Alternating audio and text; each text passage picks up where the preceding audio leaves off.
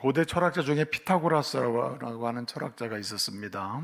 이 사람에게 어떤 분이 물었답니다. 인생이란 도대체 어떤 것입니까? 인생이란 뭡니까? 인생을 어떻게 설명할 수 있습니까? 이렇게 물었더니 피타고라스가 이렇게 얘기했답니다. 인생이란 마치 올림픽 경기장에 나가 있는 그러한 상과 같다. 올림픽 경기장에 나가 있는 것과 같다. 여러분, 올림픽 경기장에 여러분 가면 뭐가 있습니까? 선수가 있죠. 금메달을 따기 위하여, 메달을 따기 위하여, 우승을 하기 위해서 열심히 목적지향적으로 이제 열심히 달려가는 선수가 있고요. 누가 있습니까? 또 관객이 있죠. 그 운동을 즐기고 함께 기뻐하면서, 함께 즐거워하면서, 그 시간을 즐기면서 함께 의미를 찾으려고 하는 관객이 있습니다. 또 누가 있습니까? 항상 이 올림픽이라고 하는 경기장에 가보게 되면 그때가 기회이기 때문에 돈 벌려고 하는 이 말하자면 장사꾼들이 많거든요. 다양한 형태의 어떤 돈을 벌기 위한 움직임의 사람들이 보입니다. 다양한 종류의 장사를 하죠. 그리고 장사꾼이 있고 또 한 부류도 있습니다. 이것도 저것도 아니고 그냥 와 있는 사람이 있습니다. 선수도 아니고 뭐 구경하고 뭔가 좀 의미를 찾고 함께 기쁨을 누려보려고 하는 것도 아니고 장사하러 온 것도 아니고 그냥 와 있는 사람도 있습니다. 인생이란 그렇다는 거예요. 이 네 부류의 모습으로 이렇게 설명할 수 있다. 이 올림픽 현장 경기장에 가 있는 사람과 같다. 그게 인생이다. 여러분, 어떤 부류의 사람인 것 같습니까? 열심히 목적을 가지고 열심히 자기의 삶을 관리하면서 뛰고 있는 선수와 같은 사람입니까? 아니면은 그냥 구경을 하면서 의미를 같이 찾고자 공감하고자 노력하는 사람입니까? 아니면은 이 기회를 통해서 뭔가 내 이익을 극대화시켜 보려고 하는 분투하는 삶을 살고 있는 자입니까? 아니면 목적도 방향도 없이 흘러가는 대로 시간을 죽이는 그런 사람입니까? 어떤 사람입니까? 우리 하나님께서 한 사람 한 사람을 이 땅에 이렇게 보내시잖아요. 사람을 보내시면은 절대로 그냥 관객으로 살아라, 장사나 해라, 당신의 목적이나 이익이나 취하고 살아라, 그냥 아무 생각 없이 시간을 죽이라, 이렇게 보내신 적이 없다는 거예요. 하나님께서는 그의 형상대로 창조한 모든 사람을 이 땅에 세워놓으시고 다 목적이 있습니다. 목적이 있는 삶을 살게 만들어 놓으신 거예요. 그러므로 여러분, 주님께서 내게 소원하시고 나를 이 땅에 보내신 목적대로 그 목적을 얼마나 잘 찾느냐, 그리고 그 목적을 얼마나 명료하게 갖고 사느냐가 삶을 부유케 하는 하나의 방법도 되고 또 이유도 되고 길도 되는 것이죠. 오늘 우리 주님은 이름값을 할 것을 말씀하고 있습니다. 우리 하나님이 우리에게 이름을 주시고 그 찬란하고 아름다운 이름으로 살 것을 말씀하고 있는 거예요. 한마디로 목적 있는 삶을 살아라. 당신의 이름을 들을 때 뭔가 감동이 있고 울림 있는 사람이 되고, 당신의 이름을 들을 때 뭔가 어울림, 그 사람이 살아온 그 이름에 내포되어 있는 그 사람의 삶, 녹아있는 삶이 있잖아. 이름을 들으면 그 삶과 그 추구하는 가치가 있는데, 이런 것들과 함께 그 이름만 들어도 이름과 함께 어울림이 있는 그런 이름을 갖고 살라는 말이죠. 여러분, 우리가 목적 있는 삶을 살면은, 하나님께서 보내신 목적에 따라 살게 되면 우리의 이름이 아름다워지고 우리 이름이 찬란해지고 우리 이름이 고귀하고 우리 이름이 뭔가 감동을 주는 이름으로 또는 의미와 빛을 발하는 이름으로 남게 되는 것입니다. 그래서 주님은 우리에게 목적 있는 삶을 살도록 그렇게 보내줬고, 목적 있는 삶을 살도록 말씀하고 있는 것입니다. 그를 통해서 우리의 이름이 아름답고 찬란한 이름으로 또 가정이나 또 교회나 어떤 자기에 속한 공동체에서 관계 속에서 그런 이름으로 기억되고 회자되고 남겨지기를 주님은 원하시는 것입니다. 오늘 두 명의 이름이 나와요. 그 직업은 산파인데, 산파는 고대 사회에서 뭐 대단한 뭐 엄청난 사회적 직위를 가진 그런 직임은 아니에요. 고된 일이기도 하고 정말 힘든 일이기도 합니다. 그리고 계층상으로 아주 높은 상위 계층의 사람이 하는 일도 아닐 뿐더러 그냥 보편적인, 그냥 이름으로 말하면 알려지지 않는, 그냥 그러니까 뭐 많은 사람이 그렇게 하고 싶다 하는 그런 이름 직군도 아닙니다. 근데 어떻든 이 삼파라는 그런 직임을 가진 두 사람의 이름이 소개되고 있는데, 한 사람은 시프라이고 한 사람은 부하입니다. 원래 히브리어로는 시프라, 그다음에 또 푸하라는 이름인데, 일단 한글로는 시프라, 부하, 이렇게 두 명의 이름이 이제 소개되고 있습니다.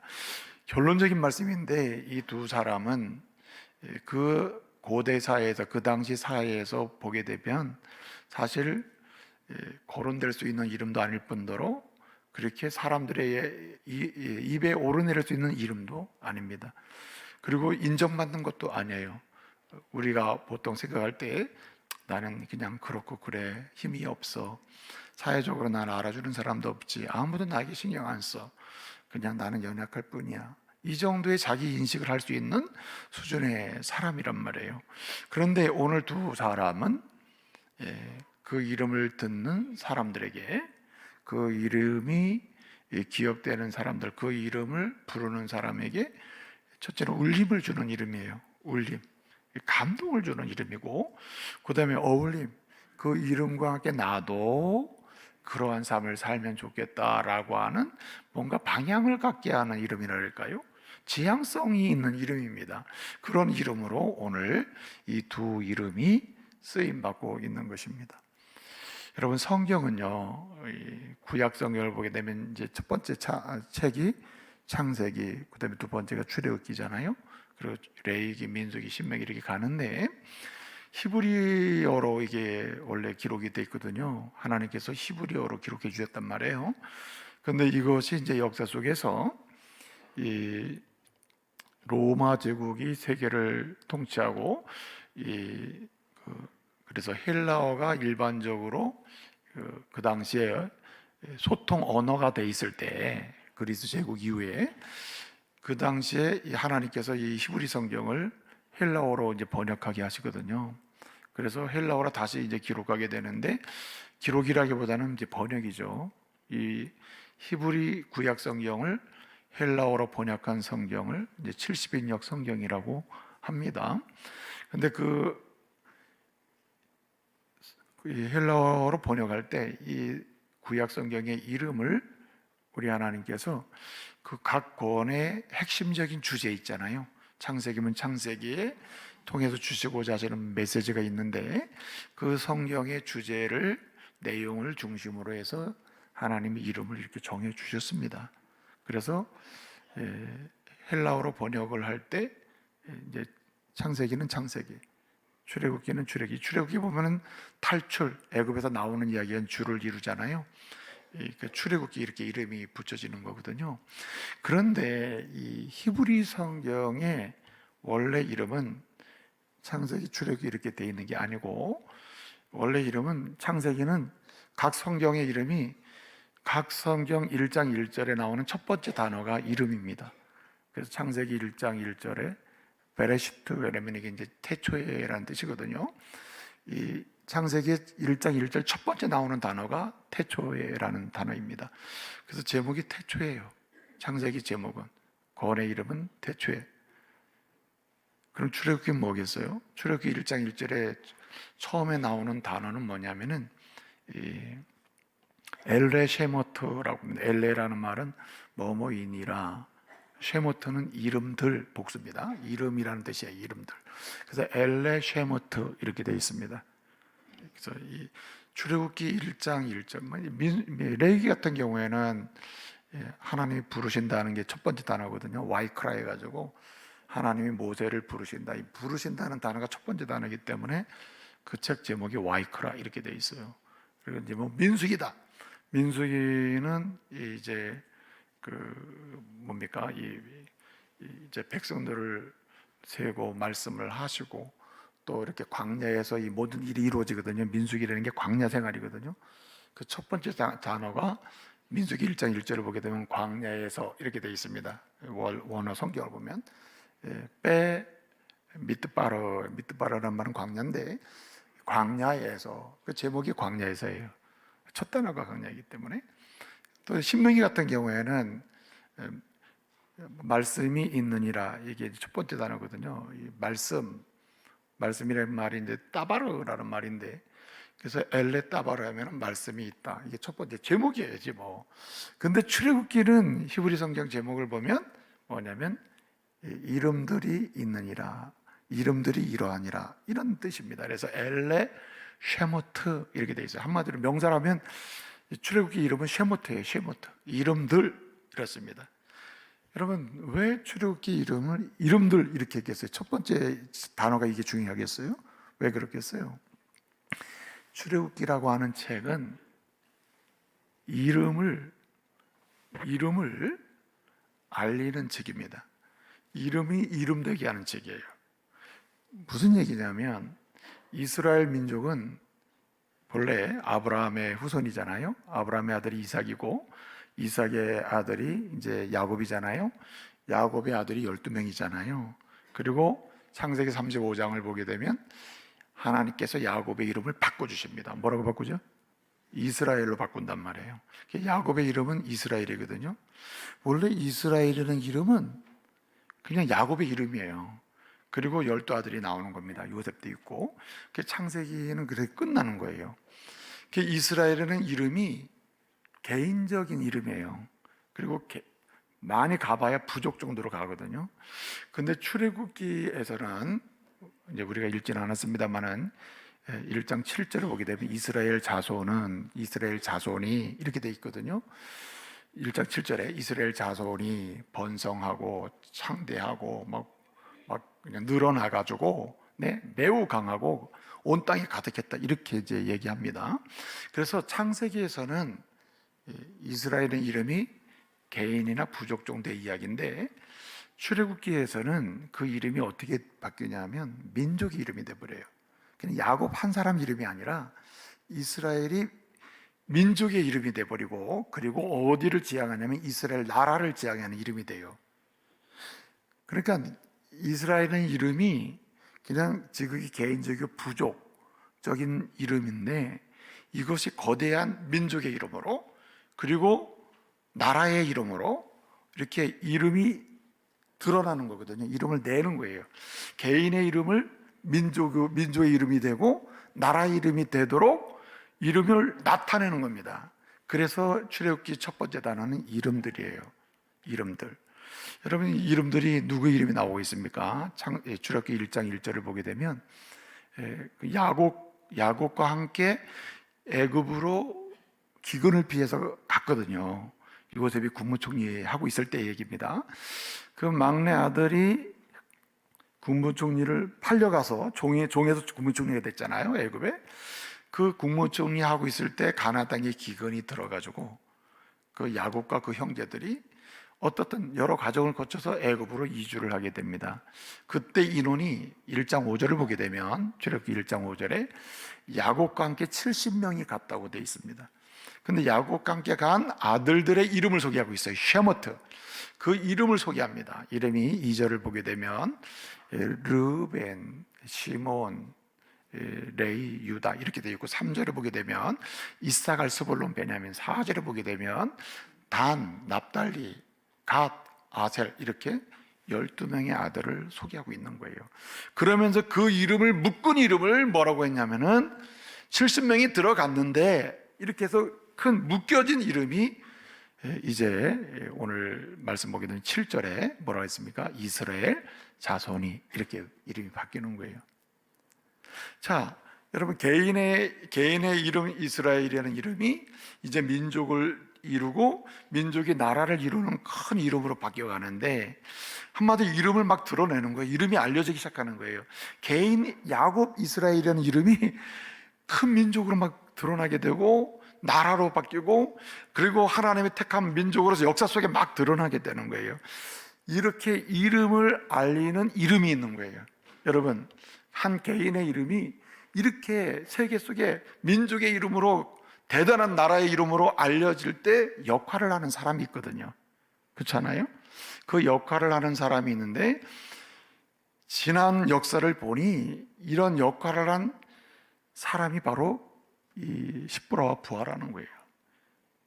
사회적으로 보게 되면 뭐 인정받을 만한 것도 없고 대단한 것도 없는데 이렇게 귀하게 쓰임받은 사람이 됐다는 거예요. 오늘 21절 말씀에 보게 되면 이 산파들 때문에 그 집안이 흥황하게 됐고, 20절을 보게 되면 하나님께서 그 산파들에게 은혜를 베푸시니 그 사람이 잘 됐다는 얘기 먼저 하지 않습니다. 20절 보게 되면 하나님이 십부라와 부하라는 그 두 여인에게 은혜를 베푸시니까 어떤 일이 일어났느냐, 이스라엘 백성이 번성하고 크게 창대한 민족이 됐다는 거예요 지금. 그러니까 십부라와 부하는 뭐한 사람이냐, 이스라엘이라는 이름을, 여기 셰모트, 여러 사람으로 소개된 이 이름을 이스라엘 민족이라는 이름으로 묻게 되는데, 이 이름이 세계적으로 많은 열방에, 그리고 민족의 이름으로, 나라의 이름으로, 영향력 있는 이름으로, 뛰어난 이름으로, 언약의 이름으로 이렇게 퍼뜨리고 흥하게 하고 알려주는 그런 이름이 바로 십부라와 부하가 그 역할을 했다는 거예요. 또 한 가지는 오늘 여기 말씀 보게 되면요, 이렇게 이야기합니다. 두려워함으로, 이건 통치권의 문제라면 오늘 21절에 보게 되면 하나님을 경외함으로 어떻게 됐습니까? 하나님이 그 산파의 집을 흥황케 했다고 했습니다. 흥황케 하는 이름, 자기도 흥황케 되고 자기 집안도 흥황케 하고, 그리고 민족 공동체를 다 흥황케 하고, 그 이름이 알려지게 하는 사람은 누구냐? 하나님을 경외하는 사람입니다. 근데 이 경외라고 하는 말이 무슨 말이냐면, 직접적으로 하고 싶은 얘기가 여기에 있습니다. 한마디로 주님 따라가는 거예요. 주님 따라가는 거예요. 한마디로 주님의 말씀을 따라가는 것입니다. 잠언 29장 25절 보면 이런 말씀이 있습니다. 사람을 두려워하면, 한마디로 사람을 의지하는 거거든요. 사람을 따라가면 살려고 따라가는 거 아니에요. 내가 누군가를 따라간다, 살려고 따라가죠. 내가 누군가를 따라간다, 그러면 뭐 하는 겁니까? 내가 그를 통해서 공급받으려고 따라가는 거 아닙니까? 그런데 이렇게 말합니다. 잠언 29장 25절에서는 사람을 따라가면, 사람을 두려워하면, 사람을 의지하면, 사람의 말을 따라가면 올무에 걸리거니와 라고 했습니다. 올무에 걸린다는 말은 죽는다, 살지 못한다, 필요를 공급받지 못한다는 뜻이에요. 근데 여러분 이렇게 얘기해요. 올무에 걸리거니와, 그러나 여호와를 의지하는 자, 여호와를 따라가는 자, 주님의 말씀을 따라가는 사람은 안전하리라 했습니다. 이렇게 안전한다는 말은 산다, 공급받는다, 계속 갈 수 있다는 말이에요. 십부라와 부하는 여러분 바로로부터 뭘 제안받았겠어요? 내가 이렇게 해주면 보상을 해주겠다 그랬겠죠. 그러나 여러분 이 십부라와 부하는 그 바로의 말을 따라가지 않아요. 사람의 말을 따라가지 않아요. 오히려 자기가 역사의 주권자여 통치자이며 내 인생을 주관하시는 주님 믿는 대로 그분을 따라간 겁니다. 여러분 사도행전을 보게 되면 주님의 이름, 주님의 교회, 교회의 이름을 온 세상에 알리는 이름들이 있습니다. 한마디로 사도행전에 그 시대의 십부라와 부하가 있는데 사도들이거든요. 5장 29절을 보게 되면 이 베드로와 요한이 초대교회의 이름, 주님의 이름, 그 이름을 막 알려요. 하나님의 공동체 이름을 알립니다. 처음에 세워질 때 교회는 얼마나 작았습니까? 근데 그 이름을 구원받은 하나님 나라의 이름으로, 하나님의 은총을 받는 이름으로 막 알려요. 막 알리는데 그 이름, 알리는 이름의 역할을 베드로 또 그리고 사도들이 하는데, 베드로와 요한이 이 일을 하다가 어떻게 됐습니까? 체포가 됐단 말이에요. 그러면서 얘기를 하는 거예요. 이 권력자들이 얘기합니다. 베드로와 요한에게 말합니다. 살려주겠다. 단 조건이 딱 하나 있다. 뭐라 그럽니까?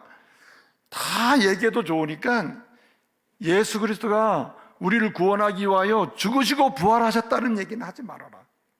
그렇게 한마디로 하나님 말씀 따르지 말라는 거 아닙니까? 그랬더니 여러분 베드로와 그 사도들의 이야기는 뭡니까? 사도행전 5장 29절에 이렇게 얘기합니다.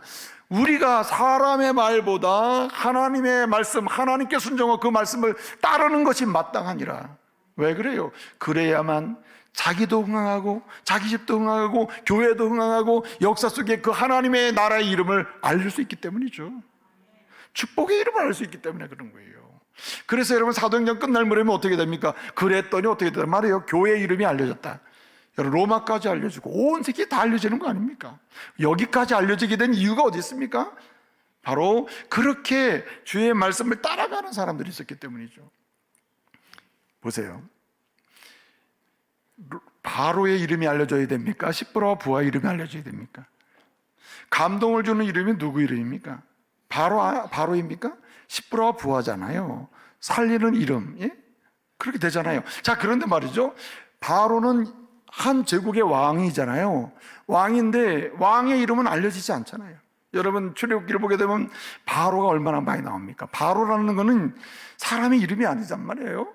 애굽의 왕을 지칭하는 호칭이 바로거든요. 그러면 이 모세 때의 이름은 모세 때 그 왕은 투트모세 1세인데 투트모세 1세라는 거 우리 모르잖아요. 권력자의 이름은 알려지지 않았습니다. 권력자의 이름은 여러분 흥황케 하는 이름이 아니었기 때문에 하나님이 이름도 기록하지 않아요.